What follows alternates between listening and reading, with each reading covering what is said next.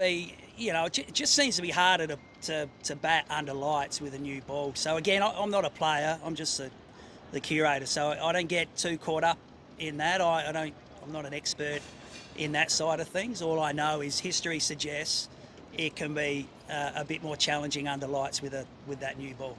Damien, what was the grass cover in that Shield game last time around? 6 millimetres. Cool. Yeah. So like I said, everything we do at Shield level is the same as Test level. We try to treat everything the same. So for the players coming through, they know that they're playing as close to a Test sort of pitch as they possibly can, and we just want consistency for all the teams that come here to Adelaide Oval. The red ball test match and what they called it? Nothing from our side. So probably in 2015, yes, it was definitely different. We left more grass on there to protect the ball, but we do that red ball, pink ball now. The same preparation techniques go into it, exactly the same. Damien, is it harder to get a test wicket ready or get a drop in New York ready? Good question. Both challenging, but yeah, I'll leave it at that. Yeah, very, very, very. New York was challenging, but it was a great opportunity for the team and myself to get over there. We learn a lot. Anything you do in such a short period of time definitely keeps you awake at night and keeps you thinking through steps to work through those challenges. But no bigger occasion than Australia and India in a Test match. Earlier, back in the day, Adelaide was known for the real battathons and draws. And are you happy that you're going to err one way these days here, that you err on wickets tumbling and the Test like we saw last year? I don't really want to balance, but would you prefer that way? Yeah, you want perfection every time you prepare a pitch. So it's a good question. I was actually talking to Les about it last week. So yeah, a really good question. Do you want a 5-day and a draw out of it? Obviously not. But do you want a 2.5-day game? No, you don't. You've got to get that balance right. The fans come, they want to see cricket, whether it's here or at home. So we play a role. The players play the game at the end of the day, but we do play a role. I own that, and we'll just try to do the best we can. So wickets falling is exciting, but 10 wickets and 300 runs would be ideal, if I was honest with you. That produces exciting cricket and with runs and wickets falling. Symmetric, will it just changed? What about this making hot sun? Can we say that it will drastically change from day one to day two as the game progresses, or you think it will hold up? I'll never predict what is going to happen. You'll never hear me predict what I think will happen over the 5 days. Look, you don't want the pitch drastically changing. Do you want it to change? Of course you do. A test match, you should see it change throughout the course of the 4 or 5 days. Drop-in pitches are a bit more challenging, there's no doubt about that, because they hold together so well. Traditionally in Adelaide, it should do enough with the new ball for the whole game, and it still should grip into that grass and bounce and spin so for the whole game. But as the ball gets older, hopefully the players or the batters can build partnerships and score some runs. So I'm too far removed from what happened in Perth with our own Shield game going on that we were focusing on, so I won't comment on how it went over there. But there's so many things that come into it, isn't it? It could be the ball that you get, it could be the conditions, what was the weather like leading into all of that. From our side, we've got a couple warmer days coming up. Friday looks like thunderstorms, which is a bit unique for Adelaide this time of year, but we just got to roll with it and control what we can control. Can you tell us the measurement of the grass, if you haven't already? 6 millimetres. 6 millimetres. Well, on game day. First day will be 6 millimetres. Okay. It should. Adelaide Oval traditionally plays a role, spin plays a role, so we don't see that changing, and I think history suggests that spin plays a role out here, most definitely. Damien, there have been quite a few players saying in the last while that the combination of Kookaburra ball changing a couple of years ago, and then also feeling like there's a bit more grass on pitches around the country that it's gotten harder to top order batters. Like, what's your view on, I suppose, how the change of balls affected things? I don't get caught up on the change of ball. So when you talk players, you probably mean batters. Yes. So yeah, look, our job is to try and create an even contest between bat and ball. So our focus has always been on that. How do we produce an even contest, whether it was the old square that we had or whether it's a drop-in. So how do we produce that contest? For us, we've got a game plan that we stick to. In general, feedback has been really positive. Do we always get it right?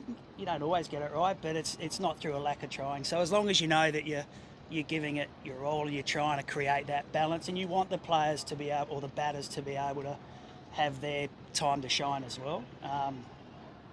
You just got to do the best you can. I don't get caught up in the ball side of things. My job's really just to produce a pitch and do the best I can with the strip of grass. So that's what we focus on. And we're always seeking feedback from the players. But yeah, we'll see how it goes this week. And what was the feedback about that wicket for the game against Victoria a few weeks ago, where like it was a little bit like, I suppose, an old square thing on the last day where Lloyd Pope's whipping the ball along way and it's that way. The feedback was unbelievable. It was like your best case test match going late on day 4, and the feedback, whether it was text messages or verbally, was outstanding. So if we could produce every pitch we ever produced in a longer format like that Victoria game, we'd be happy. So if we could do something close for the test match, we'd be extremely happy. There is much criticism. How do you look at that? Look, again, we've just got to try and produce a pitch that's a good contest between bat and ball. It's not always... so when you guys played here last time under the pink ball, there's not too many times you have games where every ball that went past the bat snicked. You hit it. That doesn't happen too often. So on the morning of day 3, no one would have expected that test match to finish in 3 days. That was just some really good bowling from Australia. So, I don't get caught up on that because I don't think that the pitch played a part in that. I think it was just really good bowling. So, but our job is to get that balance right and try to get a really good, even contest. The players play the game. Sometimes the bowlers can have a good day out and the bowlers can bowl well. Same as the batters. The batters can have good days out. So as long as there's something in it for all aspects, whether it's batting, bowling, fast bowling, spin bowling, and every part of the game can come out and shine at some stage through the test match. That's all I worry about. I don't get caught up in how long a game's gone or what's going on. I just want a good contest, and we're trying to produce a pitch that allow the players to shine. But do you think that this match has a possibility of going into the 4th day, especially the way both teams played in Perth? I can't answer that because if Australia get the new ball at 8:30 at night and facing 2 new batters in at the crease, it's going to be hard for India to bat on. It's no different if Bumrah gets a new ball under lights at that time. It's going to be some entertaining cricket. So that it's going to do some stuff. So you're going to want to sit down and watch it. So it's great for the game. It adds a different dimension to Test cricket, that night session. You get a new ball under lights, and it's the Shield game last week. Jai Richardson was getting it to hoop around all over the place. So you think, with the world-class bowlers on both teams, and you get the atmospheric conditions right, it could do anything under lights. So, and a lot of that's outside of the curator's role. So it's, a ball hooping around. It's got nothing to do with the pitch. So we sit there like everyone else, excited to watch. So Damien, Alrighty. Damo, just want to tell us how it's looking out there to start off with? It's good. Yeah, we're, what are we, 2 days out, so we're pretty happy where it's at. We're really happy, really. So it's where we want it to be. Nothing really new from what we've done over the last 7 or 8 years. Compaction and the moisture's where we want it. Anything vastly different from the Shield game that was here a couple of weeks ago? Obviously that was a bit weather affected, but prep-wise? Not a lot. No, I suppose both Shield games, whether it's a red ball or the pink one, we're we're trying to replicate the Shield and the Test preparation. So yeah, very similar, Andrew.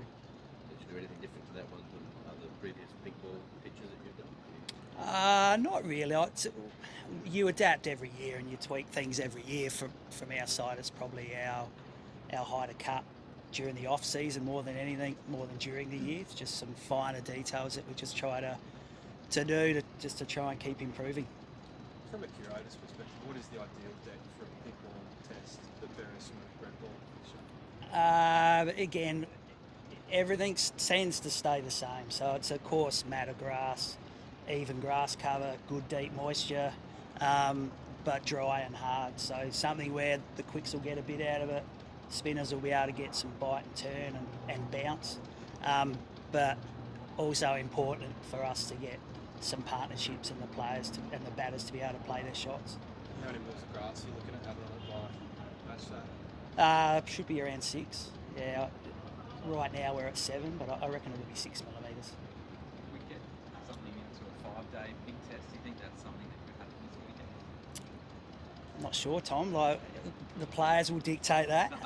So yeah, we'll look.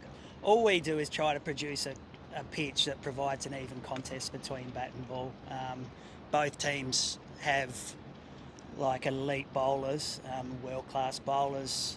I mean, we've seen enough day-nighters to know that if you get the new rock under lights with 2 new batters in, that it can be very tricky. So, you know, the teams obviously play that game and adapt and are quite tactical when they do that. If there's an opportunity to get the new ball under lights, it'll be tricky. So if they don't, which the Shield pitch showed that if you didn't get the new ball under lights and you had a couple set batters in, you're able to see through some nighttime cricket. What about the